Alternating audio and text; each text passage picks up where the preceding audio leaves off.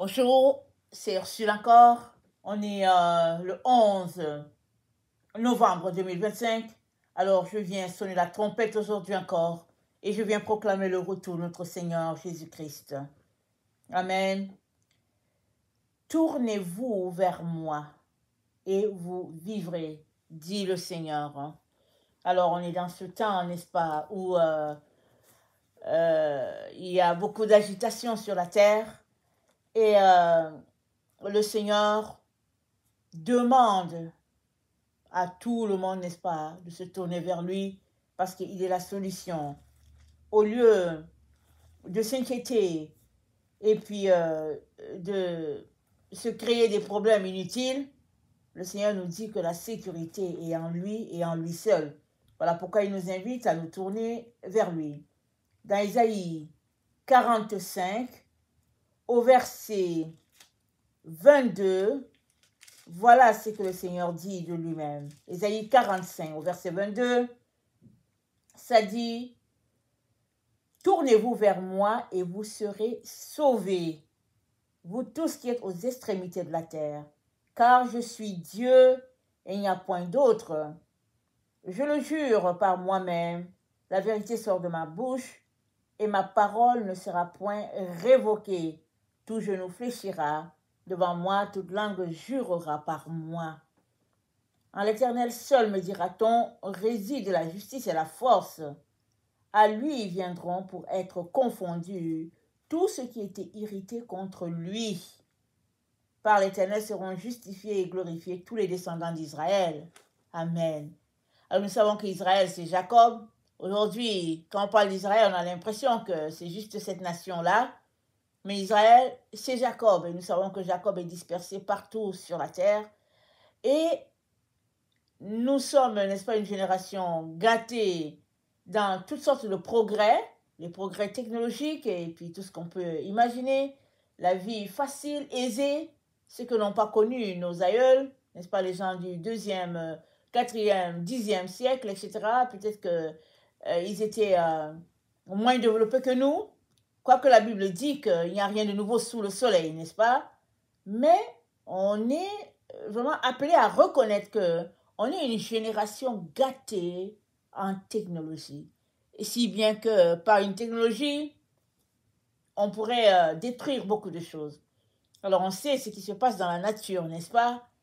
Il y a des phénomènes qui arrivent, ça touche l'environnement de plusieurs. Et souvent, ces phénomènes, n'est-ce pas, qui viennent bousculer l'environnement de plusieurs, souvent ce sont des phénomènes créés par l'être humain. Tellement la technologie, n'est-ce pas, a avancé. Et on ne peut pas toujours contrôler ce que les gens décident de faire. Par contre, on peut donner sa vie à Dieu et être rassuré de sa protection. Dans le psaume 91, voilà ce qui est dit. Celui qui demeure sous l'abri du Très-Haut repose à l'ombre du Tout-Puissant. Je dis à l'Éternel, mon refuge, ma forteresse, mon Dieu en qui je me confie, car celui qui te délivre du filet de l'oiseleur, de la peste et de ses ravages. Et ça continue, décrivant, n'est-ce pas, la protection qu'on a sous l'abri du Très-Haut. Et Dieu aimerait protéger tout le monde. Pas seulement une catégorie de personnes, mais tout le monde. Pas seulement une classe donnée, mais Dieu est le Dieu de tout le monde. Et il nous invite tous à trouver refuge dans ses bras. Et Ésaïe a été écrit bien avant que Jésus-Christ vienne. Jésus-Christ est venu et s'est dit qu'il nous a justifiés. C'est-à-dire là où tu es là, Jésus-Christ a dit que tu es juste. Il a déclaré que tu es une personne juste. Tu pourrais te regarder pour dire, moi, juste, avec toutes les magouilles que j'ai fait, avec mon comportement irrationnel, avec la vie que je mène, la vie en cachette que je mène, peu importe ton péché, peu importe tes faiblesses, Jésus-Christ t'a justifié parce que c'est dit que avant que tu ne naisses, Christ est mort. Christ est mort avant même que tu fasses quoi que ce soit, Christ est mort pour toi. C'est-à-dire que tu viens à ce monde, tu nais parce que Christ est déjà mort, il a déjà payé le prix pour que tu sois sauvé, il a tout fait pour que tu sois justifié, et tout ce que tu as besoin, c'est de lui donner ta vie, d'ouvrir ta bouche pour dire, Seigneur Jésus, j'aimerais tout simplement être ton enfant. Et c'est tout, et tu deviens l'enfant de Dieu. C'est aussi simple que ça.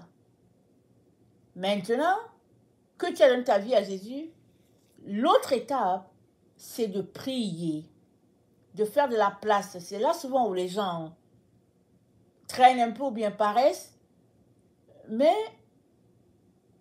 c'est important, n'est-ce pas? Une fois que tu es réveillé, c'est important de continuer d'être réveillé. Amen, c'est important. Et 5 minutes à Dieu, 10 minutes à Dieu par jour, pour un début, c'est pas mal. Et Dieu, n'est-ce pas, va aider. Il faudrait tout simplement savoir qu'il ne t'a pas rejeté. Il n'a pas mis une croix sur toi. Quand bien même tu serais le plus gros de tous les criminels et que tu ferais partie de l'association criminelle de la terre XYZ, Dieu ne t'a pas rejeté. Tout ce qu'il aimerait, c'est que tu changes de voie et que tu viennes dans sa voie. La raison est que on est dans des temps, n'est-ce pas, assez difficiles. Et Dieu nous dit dans Apocalypse 22, au verset 11, il dit que celui qui est injuste soit encore injuste. Que celui qui est souillé se souille encore. Et que le juste pratique encore la justice. Et que celui qui est saint se sanctifie encore. Pourquoi? Parce que Jésus vient bientôt. Alors on peut dire, ok, il vient bientôt, mais pourquoi est-ce que il aimerait que le juste soit encore juste et que le souillé soit encore souillé? C'est parce que avec le péché originel, les deux voies ont été confondues. Alors, les deux voies, le mal et le bien, se sont retrouvés comme une voie, si bien que les gens menaient une vie de complaisance. Quand ça fait notre affaire, on pratique le bien. Quand ça ne fait pas notre affaire, on est du côté du mal. Mais le Seigneur dit, plus maintenant.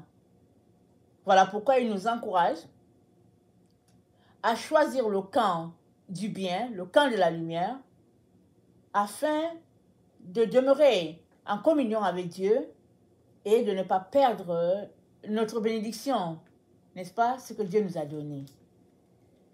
Et dans Romains 5, le verset 1 à 2, nous lisons ceci. Romains 5, le verset 1 à 2. Étant donc justifiés par la foi, nous avons la paix avec Dieu par notre Seigneur Jésus-Christ, à qui nous devons d'avoir eu par la foi accès à cette grâce dans laquelle nous demeurons fermes et nous nous glorifions dans l'espérance de la gloire de Dieu. Bien plus, nous nous glorifions même des afflictions, sachant que l'affliction produit la persévérance. Donc voilà, l'affliction produit la persévérance. Et nous nous glorifions de ce que Jésus-Christ a fait pour nous. C'est-à-dire, on le loue, on le célèbre. Il a fait de nous les enfants de Dieu, alors que nous n'avons rien déboursé, nous n'avons rien fait. Il a fait de nous des enfants de Dieu. Et c'est dit au verset 4, nous sommes dans Romains 5, la persévérance est la victoire dans l'épreuve, et cette victoire, l'espérance. Or, l'espérance ne trompe point, parce que l'amour de Dieu est répandu dans nos cœurs. Alors, Dieu nous invite à venir à lui. Alors que nous venons à lui, il répand dans nos cœurs son amour, et marchant dans cet amour, on a l'espérance, n'est-ce pas, de la vie éternelle, parce qu'il nous l'a promis, et on marche dans cette espérance-là jusqu'au bout. Parce que la communion que nous avons avec Dieu fait que nous bâtissons notre confiance, nous apprenons à lui faire confiance et finalement, en nous, n'est-ce pas, jaillit cette envie de passer l'éternité avec Dieu. Non dans les flammes, mais avec Dieu. Et le Seigneur nous dit qu'il est notre vie. Il est notre vie parce qu'il est mort, il est ressuscité et sa mort et sa résurrection est notre, n'est-ce pas? Si nous lui donnons notre vie. Amen et alléluia. Maintenant, on accepte Jésus-Christ en lui disant, Seigneur, j'accepte ton sacrifice sur la croix, fais de moi ton enfant. Et puis maintenant, comment est-ce qu'on marche dans ce qu'il a pour nous? Jésus-Christ nous dit, dans Apocalypse 3, le verset 19, il dit, voici, je me tiens à la porte et je frappe. Si quelqu'un entend ma voix, m'ouvre la porte, j'entrerai chez lui, je souperai avec lui et lui avec moi. Donc, il suffit d'inviter Jésus-Christ à venir dans ton quotidien. Pendant que tu l'invites à venir, il dit qu'il vient. Il va souper avec toi. Et le souper, n'est-ce pas, de Jésus, c'est la parole de Dieu.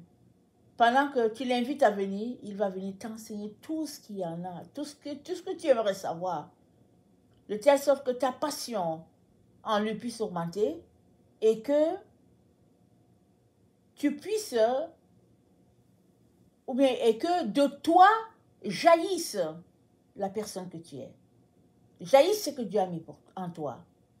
Vous savez, le monde étant ce qu'il est, souvent, on fait des compromis pour aller gagner quelque chose. On s'est dit donnant. Alors, tu me donnes ceci, je te donne cela. Et puis, finalement, on est kiff-kiff. Et puis, bon, voilà. Et on a l'objet souhaité. Mais Dieu nous demande, n'est-ce pas, de faire les choses autrement. Il nous demande de choisir la voie qui est étroite. Ça, c'est la voie de la lumière. De rester sur cette voie-là et de dépendre de lui. Alors que nous dépendons de lui, lui, il va venir nous équiper et il va faire de nous des instruments pour sa gloire. C'est ça qu'il va faire. Il ne va pas te forcer. Amen, il ne va pas te forcer, il ne va pas t'obliger. Il arrive tout simplement que tu as besoin de répondre à cette question pendant que tu es encore sur la terre. Parce que chacun va se retrouver à répondre à sa présence sur la terre et sur comment il a géré le temps que Dieu lui a donné et les choses que Dieu attendait de lui qu'il fasse.